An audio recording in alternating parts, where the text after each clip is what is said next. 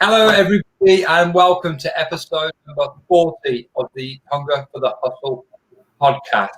It is 9 a.m. here in Melbourne, 2 p.m. in Oakland, California, where my guest Michelle Hardy joins us from today. 3 podcasts from me today, a busy day. Hey, Michelle. And kicking things off with my first guest, Michelle Hardy, who is an author, philanthropist, and inspirational speaker. Michelle has a miraculous story to share with us today about how she wrote her book, Mrs. Eel's Basement of Beautiful Magical Things. It's actually a fictional book, but then it started to come true in her life. So welcome to the show, everyone, wherever you're watching from, or if you're listening later. Today we're going to dive into Michelle's story. And I must say, Michelle, welcome to the show. I've just listened to the first 2 chapters of your book, and I am absolutely intrigued to talk more to you about it. How are you this evening?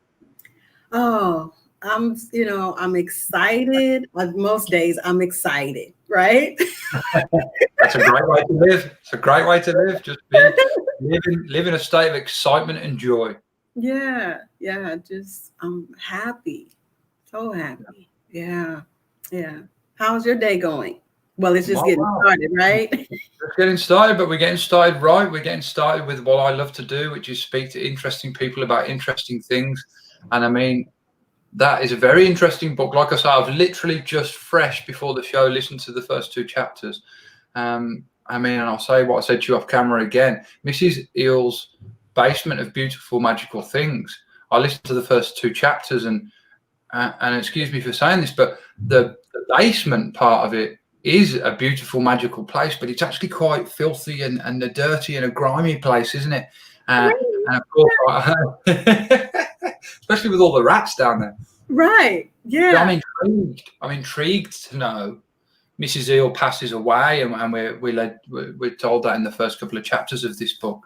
Right. But I'm very intrigued to know, it's a fictional book. How did that play out and start becoming real in your life? Well, years ago, I was like going through a really tumultuous time. So, just no job, nowhere to really live, staying with family members. I was really, really struggling. And so I had written this story even prior to that. And so one Christmas, I didn't have any money. And so I went into the thrift store and I saw something from my story in the thrift store. So I thought, okay, and I love Christmas. I mean, Christmas is like everything to me. Yeah. And so I thought, oh, I'll buy this and then I'll give it with my story. And so I did that with family members, right? And they loved it. And so, and I had always done a little bit of random act of kindness, right? So as I would meet people, I would give them the story and then give them something from the story, right? So I've been doing that for years. And so I'm on my journey with the story. It's just simple, short, right? It's just basically the first 2 chapters of my book. Mm-hmm. And so a lady called me probably about 4 years ago, maybe 3. And she says, it's so wonderful that you're giving away the things that the lady gave to you, in the story. And I just thought, I didn't bother to correct her. And then I just started thinking, my life is like coming true in this book. So in the story, so I had met a lady in my own personal life who was giving me things, right? And I had to stop the real lady from giving me the things, right? I mean, she was giving me the same things in the story, silver and brooches and watches. And, it was just so much, right? And so I had to stop her because it was just like, I was tucking it away and putting it away. I said, I don't have any room for these things, right? It's like running out of room, right? Right. So I was just like, wow. I said, the same way that I had written the story, that happened, right? So then somebody walks up to me and tells me that the real lady died. Well, in my story, Mrs. Eel's dies. Right. Yeah. Right. This is like in the first 2 chapters of my book, she dies. And so I'm just like, okay, that's another revelation for me, this lady gives me these things. Somebody walks up to this little girl in my story and tells her that the lady dies, my lady dies, even down to, the little girl in the book getting the house. Well, where I live at now, the lady basically handed me the place, before she died, so all of these correlations are happening in my own life. I'm sorry, the same lady that was giving you the things and the lady that died was the lady that gave you the house, or was it a different lady? So in the book, she basically gives her everything, right? Yeah. Okay, so where I live at now, basically she helped me get this place, right? I didn't have to do anything for it. It was just a matter of, okay, they're just gonna remodel it, and I mean, just stuff was given to me, So when somebody said, well, you should write a book, I'm like, well, it is coming true, So the things are coming true, because I was thinking, well, what else am I going to write about? Well, you can write about your experiences in your life, because now this stuff that's fiction is starting to show up. It's showed up in your life, in some form or fashion. Mm-hmm. So it's just kind of really profound for me that if you write something down or you speak something out, it can happen. And that's the way that my life has been. When I really think back, I can say something like in the morning, and then it will manifest in the afternoon. Yes. So I have to be really, really mindful of how I'm thinking, how I'm feeling about you or what have you, because it could go good or it could go all bad. So, and just me, like I said, writing that years ago, and then these things manifest, the things that the real lady gave me, I have them, and they're just, they're silver and all of that that's in the basement. I got that stuff, Are they in the basement? Do you keep them in the basement? Well, no, I don't have a basement, but I'm just saying. That'd be perfect if you did. Yeah, I know. The place where I'm at now, I just tuck them, and some of the stuff I didn't even really have a use for, but it was just valuable. They're vintage things, just like and I didn't even know that the real lady was going to give me these things, they're old things that she really, should have kept or passed on to someone else, but she gave them to me. Well, she knew that I liked old vintage things, Yeah. Well, I guess, I don't know this lady, and I'm not speaking for her, but it comes to me that she gave you them for a reason. Was she quite an old lady, an elderly lady? Yes. Well, then she was wise with her years. She would have been wise, and she felt that you were the person out of all the people that she'd met in her life that would get the most value from them, and therefore that's why she gave them to you and not anyone else. She could have given them to anyone she'd ever met, particularly maybe her own family, or maybe she didn't have one. But it was almost like you wrote your own life script, wasn't it? Right. That's why I say, whatever you write it out, even the fiction, it showed up for me in some type of way. So, I've always felt like my life's purpose was to write or to run a business or whatever. But this is really what I'm supposed to be doing. So I share the story, and I share something from the story, and that's what I do. And I go into the classroom, wherever I can speak, and just, share those first two parts of my book, and just tell people that, it costs nothing to give, right? It's really easy to just give right where you're at. It doesn't cost you much, No. Yeah.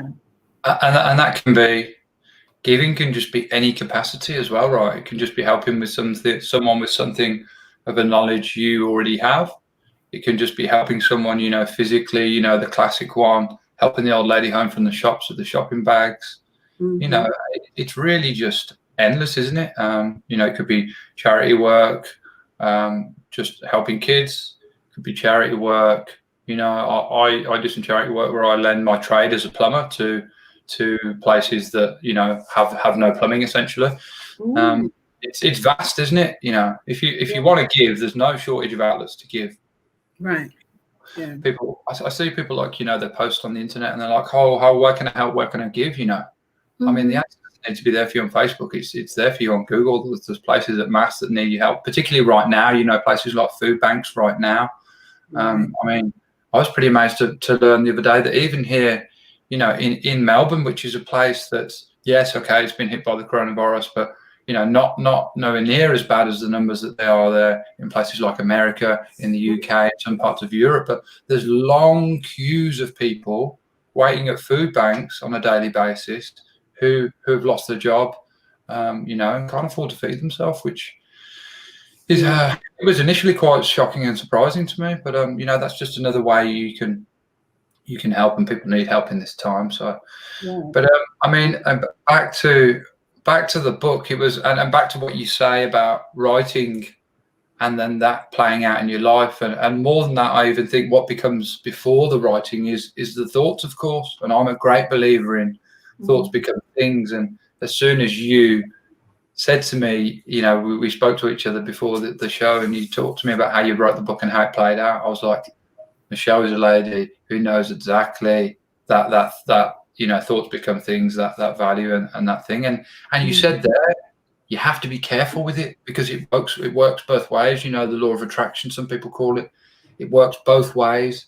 You know, if you're thinking bad or negatively or down on a situation, then, I mean, what do you expect to get back out of it? What you put in is what you get out.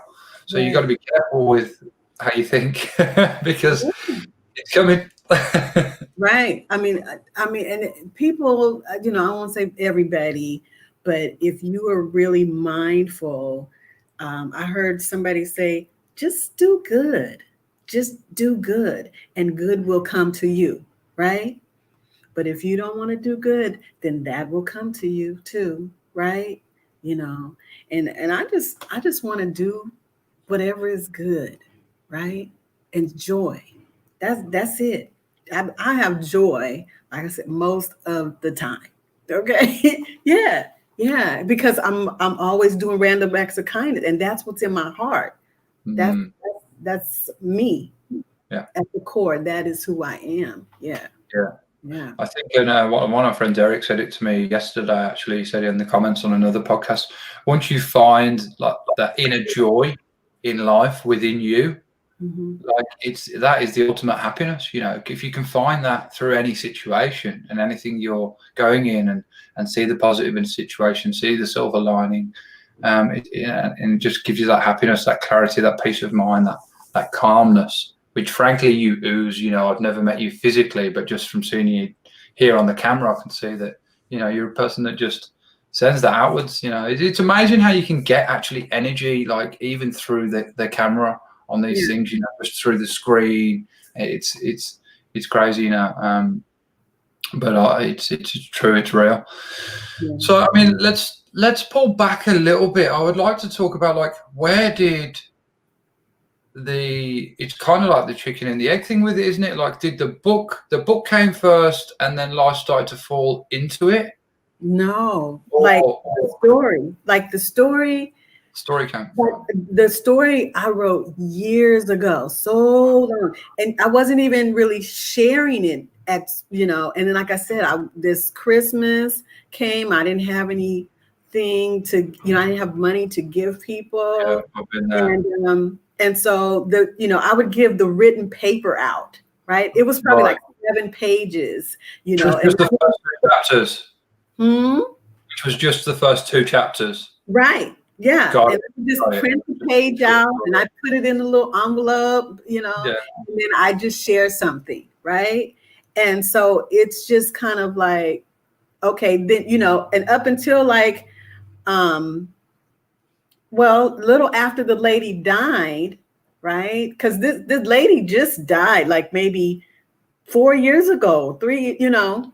And then this lady, like I said, she calls me because I gave this one lady a random act of kindness, and she called me and she said, I don't know who, if you remember me, right? And it was an elderly lady, and she was like, it's so wonderful. Now, I'm still just have the story, the paper story at this point.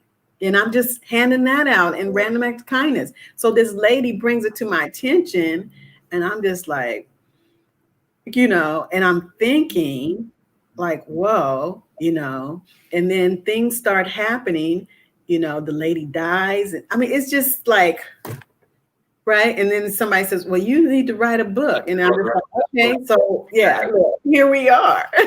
Yeah, no, I can't wait. I'm gonna order my copy. I can't wait to read it. I do like reading, business books. I like reading non-fiction. I like they used to call it self-help, but I hate that. I think they call it something new now. Self-help makes you feel like there's something wrong with you, and you need to help yourself. They call it something else. I think it's personal development. That's what they call it now, which is a much better term to put it under. I like a lot of those books, but I do love a good fiction book, because I find that when you read fiction, you really curl up, and it presents the picture clarity in your mind, and it really takes you to that place. There's nothing like just getting lost for a few hours in the afternoon, perhaps in the garden or on a rainy day, cozy in your house with a good fictional book. Right. Yeah. Yeah. And, like I said, that the first two parts, I just made that up. I just made it up. And then it was just like, okay, now you got to write this whole thing. And I'm telling you, it was hard for me to even write the rest of it, because it's just like, okay, now you got to tell all about your life, but in the same voice that you wrote that. So the book is based like in the early 1900s. Well, I'm not in the early 1900s, I mean, that's when initially I wrote it, like, okay, the early 1900s, and then I bring it up to the 2000s. And I was like, okay, but you got to make your own life be in this book now, right? So it was painful for me to gather the information, because there's a lot of my truth in this book. There's a lot that went on, that is just like, oh, it's sweet. But then these major things happen in my own life. So there, I love to write, but there was literally like words that I didn't know, how, like in my book, I talk about the, like they used to have like put alkaline lye outside, in the septic tank, right? I didn't know what that was, but I was just like, okay, I'm gonna Google it. I know, and like if I go to my dad's house right now, he has that, where he has to still do that, right? Yeah. Okay. I know how they do that, but I just didn't know all the different terms. So I had to like look up stuff, because I just didn't have enough words in my vocabulary to say what I needed to say about my experiences or things, I had seen, but knew didn't have a word for it, Right. Yeah. Right. And of course, the world changed so rapidly since the early 1900s, and the ways in which they do things, even the things that they used to do, like even things like just different things, like the way they would boil the kettle then. It wasn't just flick and switch like it is now, it'd be on the stove, and it'd take a while, and it'd probably be one of those kettles that does that whistling noise when it's ready. Just things like that. I'd imagine it was, and this was great, because the next question I was going to ask you was the many challenges in writing the book, and it seems like there probably was in that, because you had to do an awful lot of research back to over 120 years ago, when it was a different time. And I bet you're pretty glad for Google. Oh my gosh. What is that thing that you do or that looks like blah, blah, blah, blah, blah. It's like, oh, okay, that's the thing, from, Formica tables and the pull out leaves and, just unique things, old vehicles. It's like, we had old vehicles, but it was like, what was the name of it again? Just all of that. Yeah. Did you read any books in your like research from that time? Well, I have some old books, and I mentioned one of them in my book. But I basically, I'll look up some words and stuff from some of the books that I have, but not a lot of reading, Mm. of old books, old books like from back that time. I mean, it's just like the only word I can think of is sketchy. It's just like there's not complete sentences, and my book is like that too, where Right. you knew what they were saying, but it wasn't a complete sentence, but you got the meat of what they were trying to say. And my book is like that as well. It's like I'll Hmm. say something, and you're like, okay, maybe a comma needs to go here. Well, no, no, it doesn't. Because back then they just didn't do that. There's some books that I've read or looked at, it just flows. It's like, well, where's the punctuation? Well, nobody was thinking about that. Interesting, isn't it? Yeah, I never Yeah. even thought about that. Yeah, the actual style that they used to write in was different, and probably somewhat to some end, the way that people used to communicate was a bit different as well. Particularly Mhm. the language, the use of the language, the way they used to start and perhaps definitely end sentences. Right. It wasn't quite as it just certainly wasn't constructed the same way it is today. How long Mhm. did it take you to put the book together? Bearing in mind you had to do that read. It wasn't like, okay, I'm just going to write a book and I'm going to write and write and write. I mean, I've never wrote a book. I have no idea really what the process is, but I'm aware that you obviously just write and then you pick what you want and you start compiling it together, perhaps with the help of someone else, a publisher. But Mhm. there was a lot more than that here for you, wasn't there? Because you had to do all the research. So, Mhm. like, how long did the whole process take? I would say like 2 years. And there was this delay. There's this emotional thing that goes with writing a book, right? And people have heard me say this. It's just like once you write it and it's your truth now, you're getting ready to really say, your truth and change names, you know. Um, Right, of course, yeah. hard to let go of the book, right? So it's hard to really release it because, there's this judgment that you feel is going, Right. this wrath that's going to come on you because now you're sharing your whole truth now, the things that actually happened Yeah. to you. So Mm. there's that. So then you hold on to the book for a lot longer than you need to. But I Mhm. I just had to really say I'm going to stay in my lane about my book and then just let it go to where it's supposed to go because I don't lay out books. I don't design books. I don't edit books, right? I self-publish my book, but I'm not a publisher. So I let somebody else do all that for me because, Mhm. otherwise your book will not be published. You'll hold on to it because of fear, right? Mm.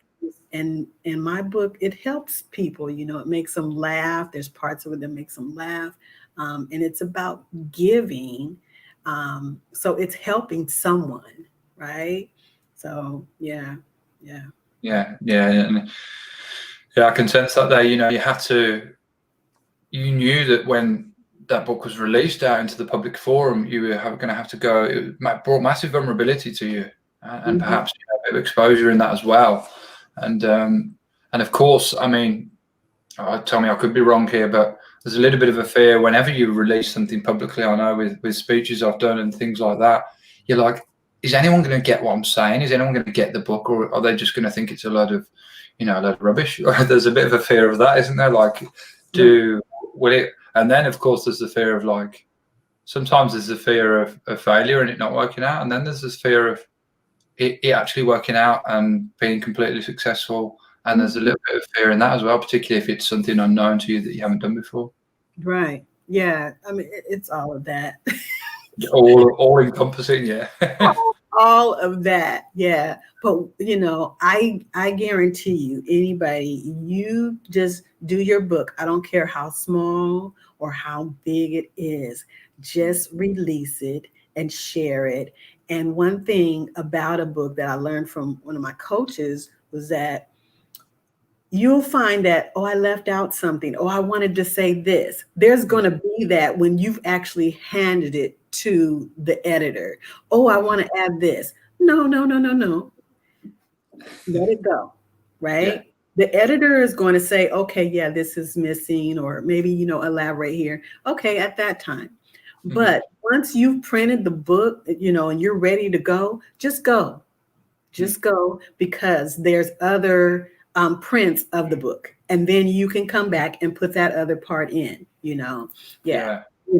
Very, And it's just the power of decision and doing it, just doing it, and then knowing that look, like there'll be, because let's say you had maybe the idea for 2 or 3 books. If you never go ahead with the first one, the second, the third are never going to come out either. And those gifts, frankly, they are gifts that you're putting out into the world. The world's going to be starved of them all, just because you had the fear of not getting started with your first one. And it's like anything, isn't it? That you haven't done before. You have, a big fear of it. I've had people that were coming on the podcast before, and they were like, "Oh, look, I've not done this before. I'm a little bit, fearful of it." I was like, "Look, don't worry. I'm going to make you feel as comfortable as I can. And in 40 minutes time, you're going to wonder what you were ever worried about." And that's the case with most things, isn't it? Like, you do them, they play out, and all of the things that you're thinking might happen, none of them ever happen. And you were like, what was I so worried about? Then it makes time so much easier. Yeah. It's judgment. It's a fear of judgment. Like, what are people going to say? What comments are they going to make? And when it, like you said, when it's over, it's just like, okay, well, it's fine. And it was perfect, Yeah. It's interesting though, because tying back to what we said earlier, that thoughts become things. If you got too caught up in that, you're actually writing your own life script there. Oh, well, I'm too scared of what people might say, so I'm not going to do it. Therefore, it just never happens. I'm too fearful that if I do it, all these people are going to say these bad things about me. Again, you just get lost in that, stuck in that, and you just never take action. It just leads to procrastination, I guess, at scale. But let's talk about some wins now, and when you released the book, and a moment that stuck out to you and really made you proud and made you realize that yes, this was the right thing to do. Right. Well, I didn't realize that more people were waiting on the book, but I had built the book up. I had told my friends I was writing the book, and then one thing I started feeling like, why did you tell people, because you don't have it? There was a part of that, right? But then I had built it up, so they were waiting on the book, and then they showed up for me and they bought the book, right? So that was like, oh my goodness, I'm going to the post office again to mail my book. Oh my gosh, I've got a stack of things. So that was just like, it told me that there was value in, people appreciated, they took the journey with me of writing the book and the emotion behind it, and all of that. So they really just showed up for me, and bought it and supported me. That's what you really want. You want, your friends and family to say, yeah, and even my mom, you know how you give your mom, my mom and my aunt, they were like, we're going to buy your book, Michelle. And I'm just like, thank you. Because, your family might just say, well, can I have a copy? But they actually bought my book, and that made me feel good. It's just like they value me so much that they're willing to pay for it. They're not asking for a free copy, Yeah. So yeah. It's always nice when they support you, and obviously they're willing to trade that monetary value for the value and time that you've put into it. But of course, and anyone that's watching will be able to feel this one, that if there's anyone you want to make proud in life, it's your parents, right? So when you're, or your older generations, your aunties, your uncles. So no doubt when your auntie and your mom bought the book, I'm sure it made you immensely proud.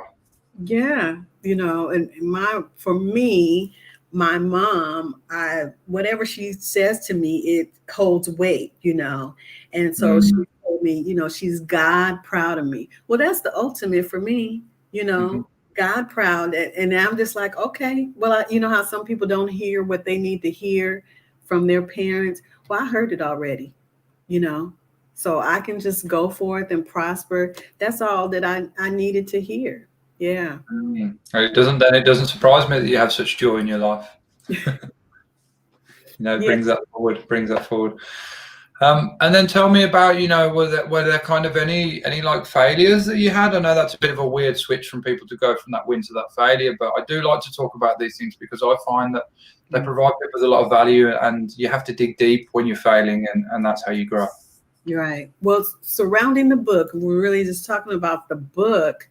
When I told everybody that the book was going to be coming, it didn't come, and the publisher told me that too, but I didn't listen. And I was just like, the book's going to be here on Saturday, you guys. And the mail didn't work right for me. Right.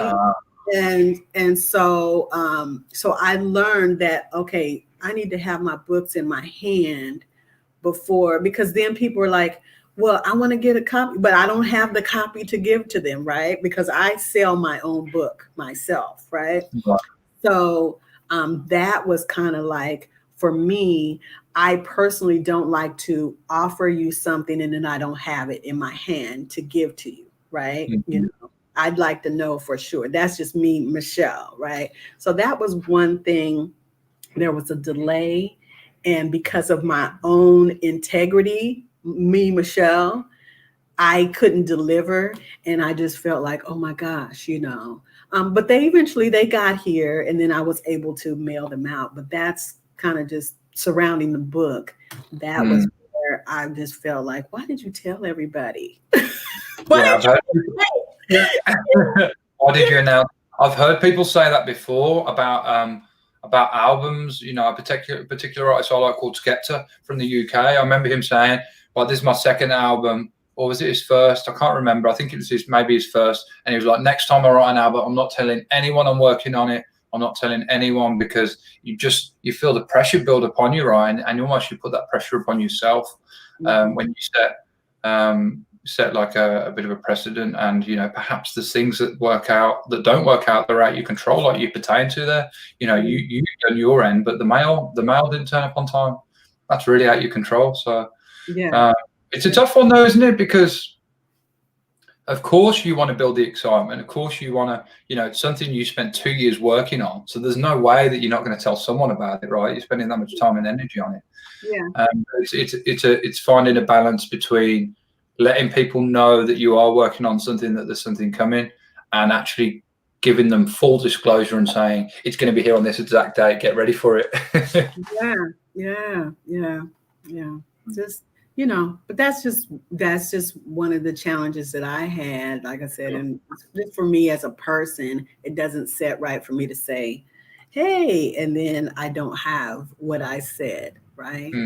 It's integrity, right? Right. And if you had to start all over again, is there anything that you would have done differently? Well, I wouldn't have taken as long. Now I know there's other steps that I could have taken because I was doing from my own thinking, right? Just what I thought, stuff I wanted to talk about versus now I know, okay, write down what the chapter name will be and then go from there. And that way, and then you can just focus on that, right? And then all your different chapters, lay it out first, outline it, and then that will make things better for you and it'll flow. And then you could write a book in 3 months if you wanted to, there's ways to do it. There's a strategy for it. Now, I just didn't have that strategy at the time that I was writing mine. Right. Yeah. So. And because I know some people I spoke to when they're when they're composing a book, they like record it with their voice just when they're driving, or there's just something that comes to them and they're like, I've got to get this down, but I just don't have the time to write right now. Is that something you did, or was it all pen to paper for you? No, it was like typing, because I'm one of those typists that has like smoke coming from my fingers. I can type it.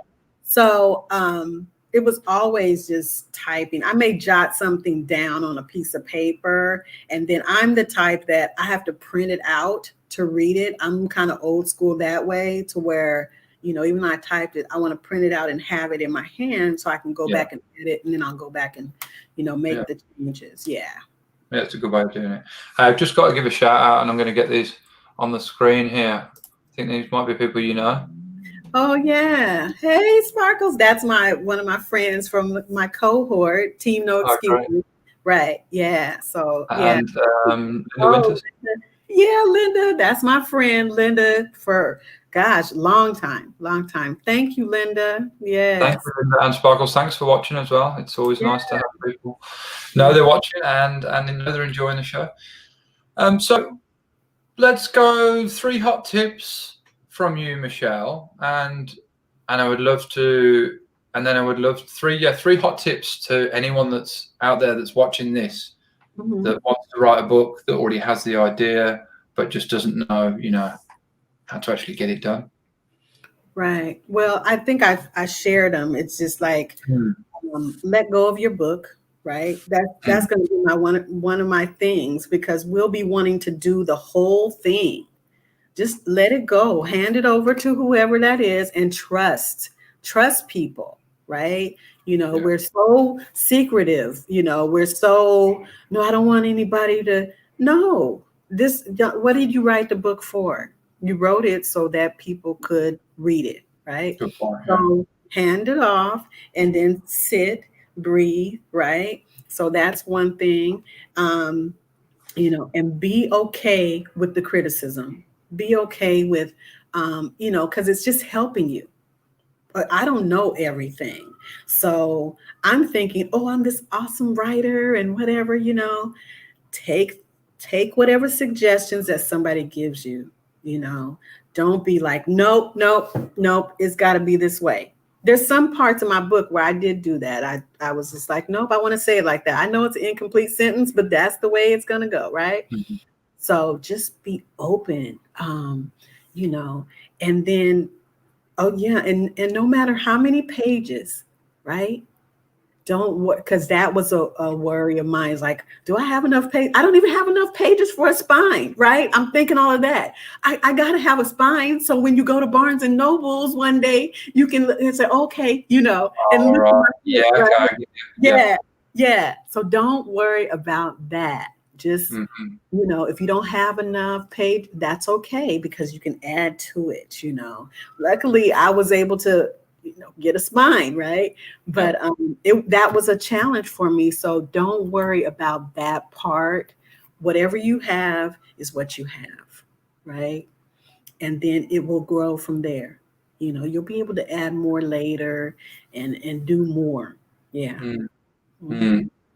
And I found that, I was listening to some audiobooks lately, and I found that they're a good way of adding those bits into the book. Or perhaps, like, I was reading a book about business. Of course, business is always changing rapidly, particularly right now and particularly this year. And it was like, hey, look, this was written in 2017, 2020 update, just side note, this has changed to this now. So I think audiobooks have that bit of flexibility to be able to do that, which is always nice. Yeah, that's true. I mean, it's easier to do that now. You can just say, this is a supplement to, what I have written, new information. Yeah, I like that. Works well. And have you've written more than one book though, right? You've written another book, correct me if I'm wrong, The Act of Giving. Well, I've written other books of poetry. Like this is my first book, in depth book, right? So the other books people don't really know about. They're just kind of, and I don't want to say just, but they're just they're poetry, and I shouldn't say just, but this right here is just like the ultimate for me, right? Yes. There's there is a difference when you're used to writing poetry versus writing a novel or a novelette. I'm working on another book, and it's a combination of short stories and poetry, and it's called The Algorithm, right? So yeah, and just an algorithm is just kind of like it's kind of like what I would call the combination to what you need for life, like the real deal, So that's what I think of when I think of an algorithm.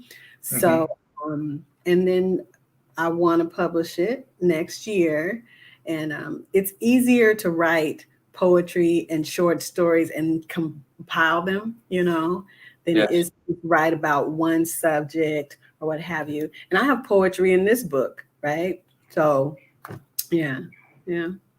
Brilliant. That's fantastic. I've really enjoyed speaking to you. I can't wait to get my copy of the book. I'm not sure how many you've sent to Australia, but you're going to be sending one there pretty soon. Thank you. And, please stay. Before we do that, if anyone wants to find you, of course, I'm going to put the links in the comments here. But where is the best place to find more information about Michelle Hardy and buy the book? Yeah, so you can find me at michellehardy.org. Okay, so MICHELLEHARDY.org. So there you'll find everything that I do, right? The umbrella. And then Facebook is Michelle Tamiko Hardy, and Instagram is Michelle Tamiko Hardy. Twitter is M Tamiko Hardy, right? So just search me, you'll find me, right? What do they say? Well, Google me, you'll find me, right? Oh yeah, that's a pretty unique name. Yeah. So thank you so much. I appreciate it. Thank you. It's been great to have you here, and I've really enjoyed listening to your story. And like I say, I can't wait to read the book and learn more and listen more about it. Thanks for listening, everyone. It's been a pleasure to have you along. And Michelle, please stay on because there's something I want to talk to you about once we get off. Okay.